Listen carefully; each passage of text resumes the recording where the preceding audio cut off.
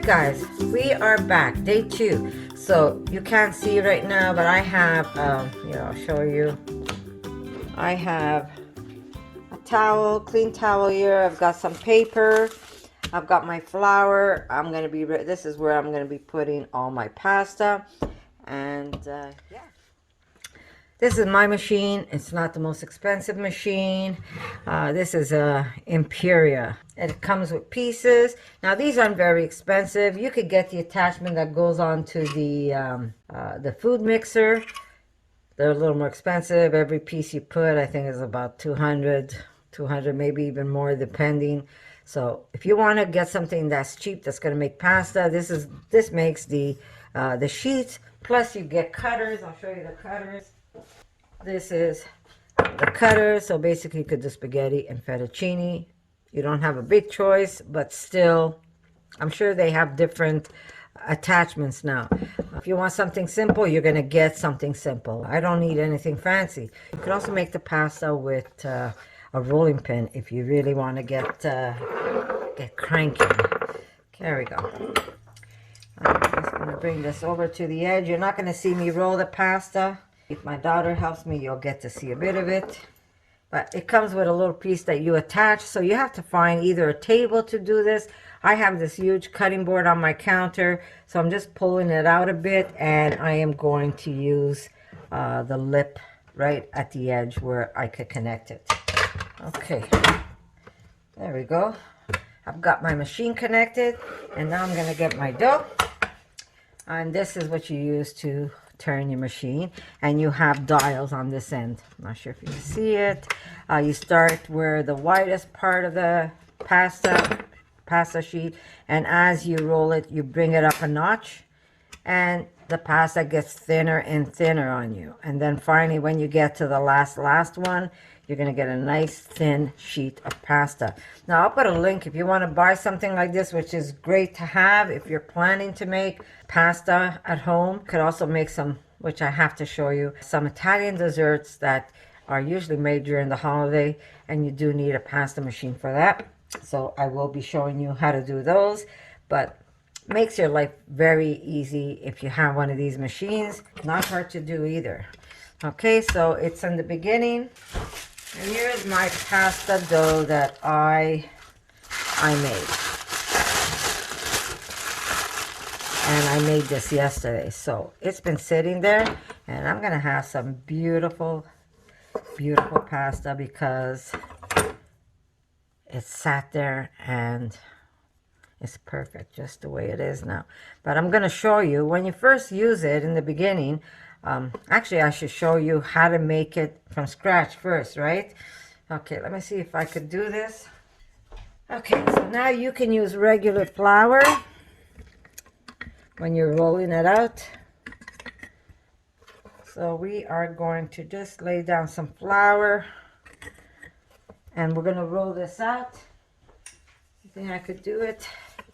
I have my machine hooked up. You're going to start taking this dough and just keep rolling it out as thin as you can roll it out.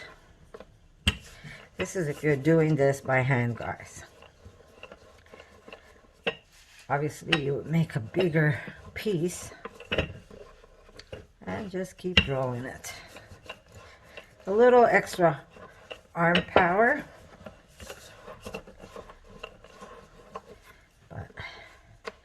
That's what you need if you're going to make pasta from scratch. A long time ago, they didn't have these machines. Back in the days, not that I met my grandparents, but they did all the pasta by hand. Now, I'm in a very awkward position here because I have my pasta. I have my pasta machine up. I should have showed you this before. Yeah. Piece of pine needle. Yeah. See, but I'll tell you why there's a piece of pine needle, because I keep my pine needles on the side for tea. So you're just going to keep rolling it Always make it long. If you're gonna do this, make it long. Don't make it into a big square, because you want your pasta to be long. And you see, it's still thick. It looks like it's not thick, but it is.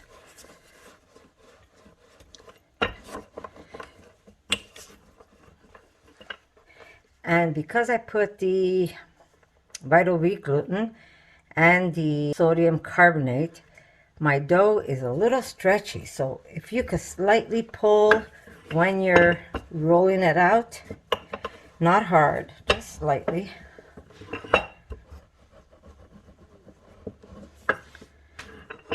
It'll get longer and longer for you.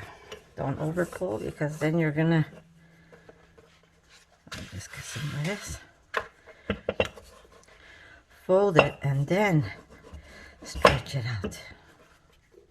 See that? It doesn't stick. Isn't that crazy?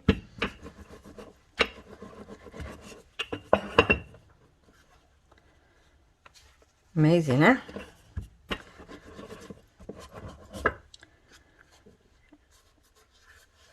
There. See? Put your flour on your dough, fold it in half, and keep pulling out that dough. It's going to get longer and longer on you. And that's what you're going to do. You're going to cut strips of that. You're going to keep cutting pieces and pieces, and you're going to do it by hand. Now, you got the width of your dough. It looks nice and thin. We're going to flour it, and we're going to fold it and fold it again. We're just going to trim off. Don't throw this out, and you can reuse it. And we're going to cut it off on this side, and then you make your pappardelles. So I'm going to make them about that size.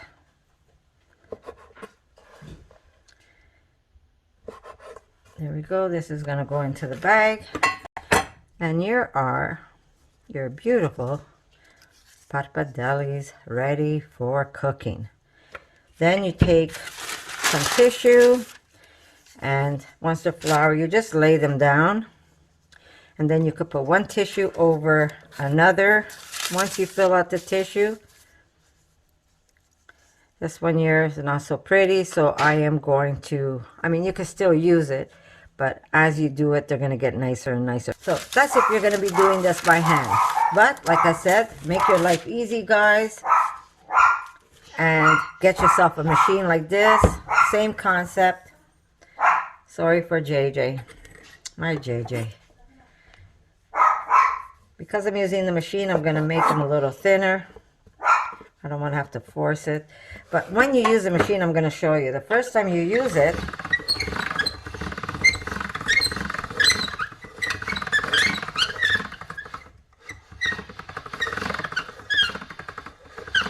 okay, this is what happens the first time you use it. That's okay. Just put everything together. You could take whatever scraps you had before and pass it again, still with the first number, guys.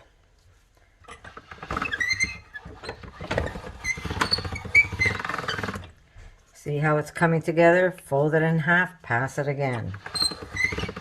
I find this only happens when I'm using semolina. Fold it again, sneak that in. Just makes your life easy when you have the machine. Otherwise, you need a lot of muscle power. See? I'm going to tuck that one in.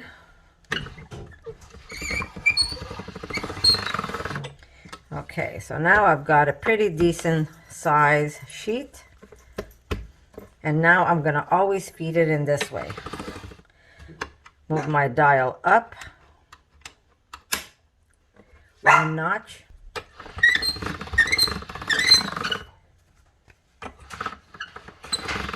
I pass it twice before I move the notch up,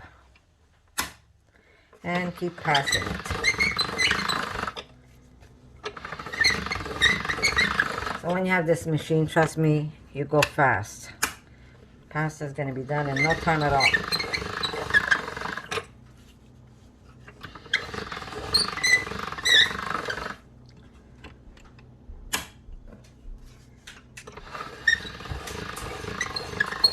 Okay, let me finish this one, then the next one my daughter is gonna help me and you can see it.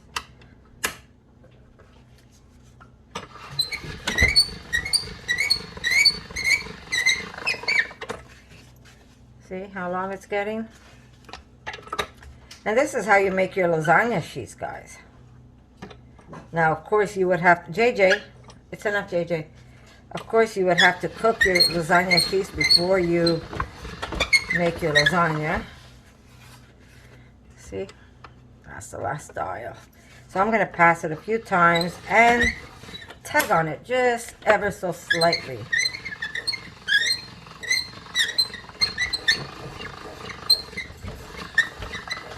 Okay. Fold them anyhow this way. Again. One more time. Just cut off my rough edges. This is going to go into the next dough. Let me just maybe cut that off. And I'm going to cut my pappardelles. This is going to go into my next sheet. And here is my noodles. Now, if you don't want them this long, you could always trim them that they're all the same size. But we really, well, maybe I will cut some. So they fit on my sheet. Right? There's that one. Yeah. Try and make them as, especially if you're having people over, you want to make them as even as possible. You don't want to have some super long, some super short. I'm just going to cut off that. There we go. And there's my beautiful pappardelle, guys.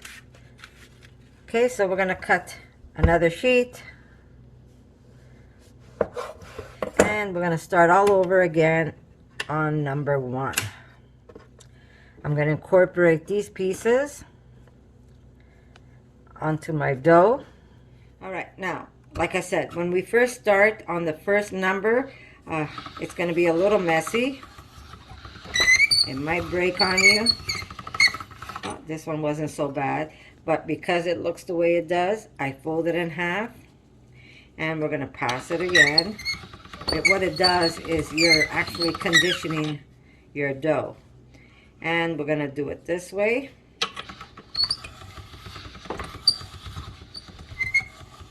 There we go. And now I can actually trim it right now. This way I don't have to do it later. Now I've got a nice shaped dough, and I'm going to start going to number 2. I'm going to pass it twice. Once. Twice.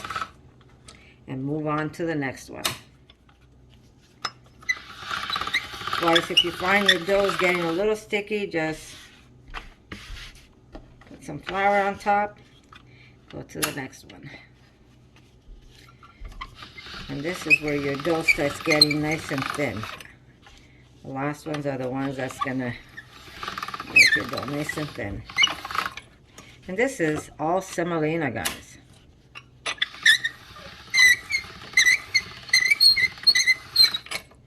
Trying to do this and holding my board at the same time. Usually we do this on the table. Okay, just give it a little flour, and we go over to the last. I think that's the last one. And this is where it's gonna get in. Sounds like it needs greasing, but I don't grease my machine because I don't want to get any oil on my pasta. Okay, so now the last one, that is the last one, right? Yeah. I'm going to pass it more than twice. I could go 3-4 times. I pull just a little bit as I do it. Just a little bit. And you could only do this if you have that vital wheat gluten in your dough.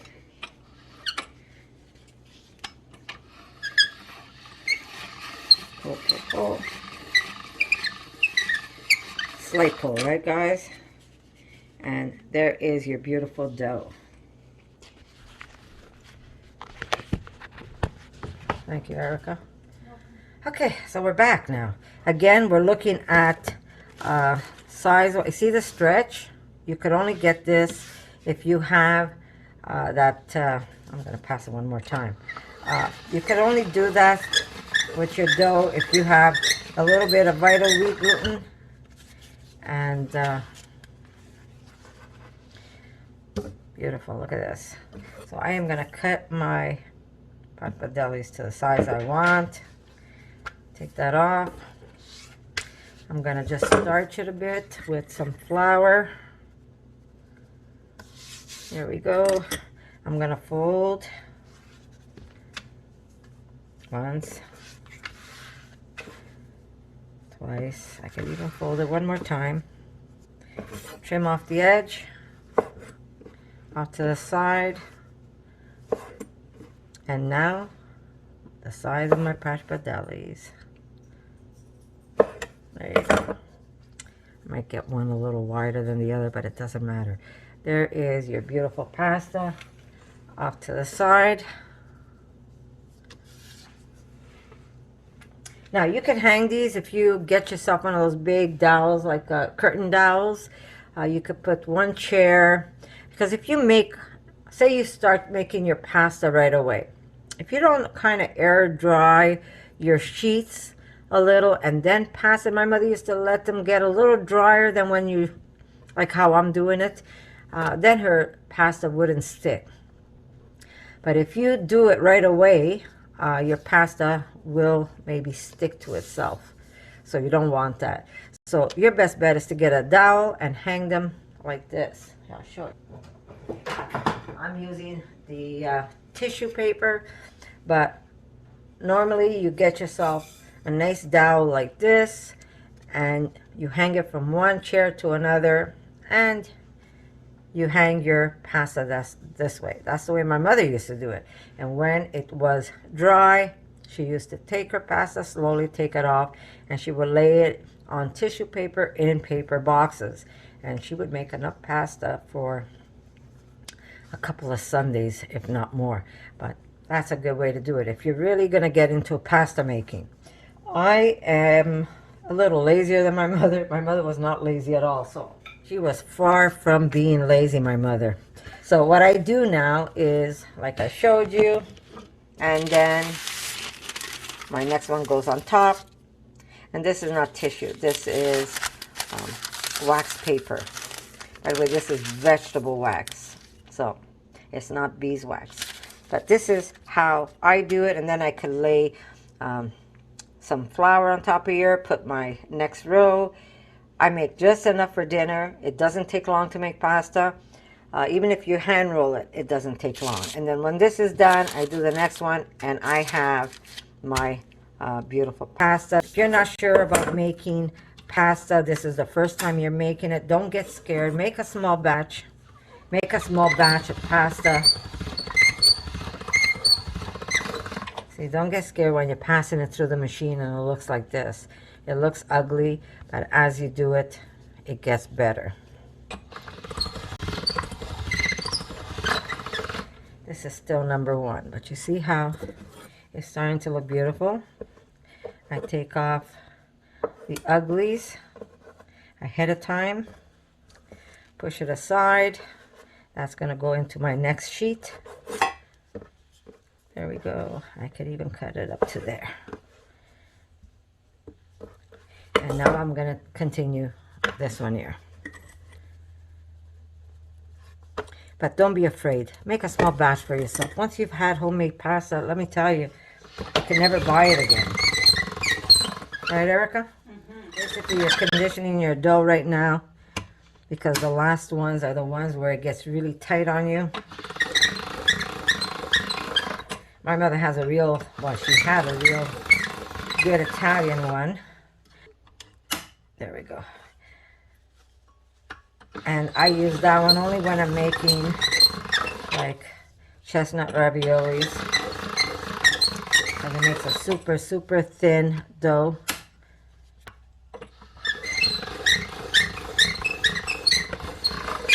And this one's always in my pantry, so it's easier for me to get it. Because I'm lazy, I'm always grabbing this one. Okay, last notch. This is where it's gonna get nice and thin. You could feel it. When you're doing the last ones, you could actually feel you gotta like really put a nice arm workout. Okay, so I'm gonna keep putting this in and pulling a bit, just a bit. Don't over pull. And that will come, listen, if you're afraid to pull your dough, don't do it. It just makes it thinner and thinner as you pull it, but you don't have to. If you're afraid, do not pull your dough because you're going to break it. It's going to be good just the way you're making it. I like to pass it as often as I can. I'm going to show you how long this one got. Look how long that is. Do you see it?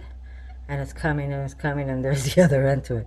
So I am going to sprinkle this, and that's what I like because it makes my life easy, because now I'm going to get double the batch of pasta.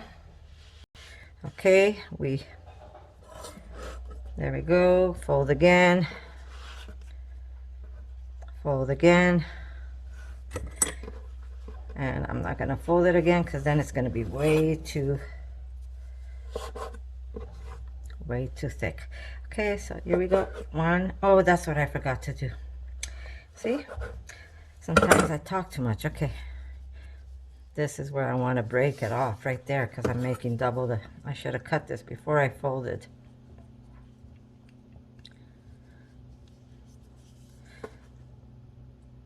Okay. See? Now we have two. I should have cut that before I did what I did. But like I said, my brain sometimes... There we go. I'm going to cut it right there. And there's my double pasta. Beautiful. And these are going to be so good. So good. And you're probably saying, why do you make them so wide? Aren't they going to be hard to eat? They're like the easiest things to eat. Because when you use your fork, you grab one noodle and you twist that. See? There we go. Okay. Back to the first number.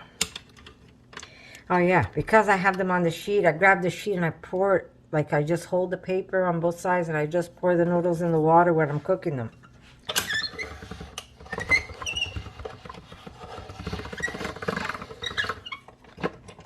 Okay, there we go, fold it in half.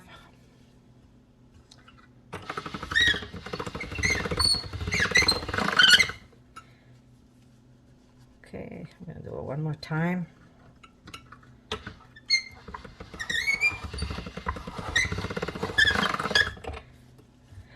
Okay, that comes off, and the edge comes off. This goes inside. I lost my mom a very long time ago. I was in my 20s. We unfortunately lost our mother way too early in life. But I know she would be very proud of me. Okay, I can't talk about her because I get very emotional. Now I'm going to be crying over my pasta. And I could tell you she was the best.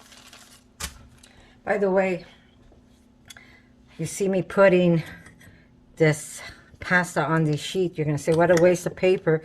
But the paper is not a waste because that paper will get folded up and used for the next batch of pasta. Just makes my life easier, guys. See how stretchy? That's all the vital wheat gluten and that sodium carbonate. Okay, and the good thing is that if I don't want to do all the pasta, which I am going to make it because my husband's going to eat most of it. But if I don't want to make all the pasta, say you want to make just a little bit of pasta, you could put the rest in the fridge, and maybe at the end of the week, you can make more pasta. Every once in a while, if you feel it gets sticky, all you do is just a little bit of flour, and that's just going to help you go through. And then start with the changing of your dials. How long that is. Do you see it? super long. Now, another thing, if you don't have Vital Wheat gluten at home, and you say, what am I going to do with Vital Wheat gluten? I never use it. You don't have to use it in making your pasta. The same thing with the sodium carbonate. Sodium carbonate is when you take baking soda and you bake it in the oven. Oh, I should cut it first. Give me a second. Yeah. Don't let me do what I did before. Here. I am going to cut it this way. So if you don't have those two ingredients at home, you don't have to use it. You could just use semolina and water, guys. I only cut that because it's longer than what I want. Trim off the edge to make a nice clean cut. You don't have to. You could leave that little curly edge, like this one has the curly edge. Not a problem. Sometimes I cut it off, sometimes I don't. I forget, like a dodo bird. Okay, here we go. 1, 2. We actually have 8 here because we cut it in 2. Stretch, stretch, stretch. Put it over to the side. Stretch, stretch, stretch. Now that stretch is because of the 2 ingredients I told you. Look at that. Beautiful.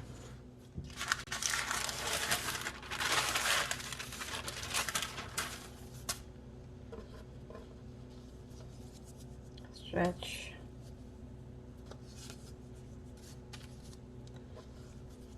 Stretch. And that's how you make pasta, guys. How simple is that? So I'm just going to continue making this, but I wanted to tell you again, thank you for coming by and checking out my videos. I cannot even tell you how much it makes me happy when you guys come by and check them out. And on top of that, if you support my channel, don't forget to give it a like. That helps bring my video up. And if you haven't subscribed, subscribe, because hopefully I'll have some more beautiful recipes for all of you. All vegan, of course. Never any meat in this food channel. But I want to say I love you guys, and I appreciate you more than you can ever imagine. And if there's something else you want me to try out, just leave it in the comments. Say, Connie, can you show me how you do this? And I'll show you. If I know how, I will show you. If I don't know how, I make somebody else show me. But I want to say I love you, and guess what, guys? I'm going to see you in my next video. All right.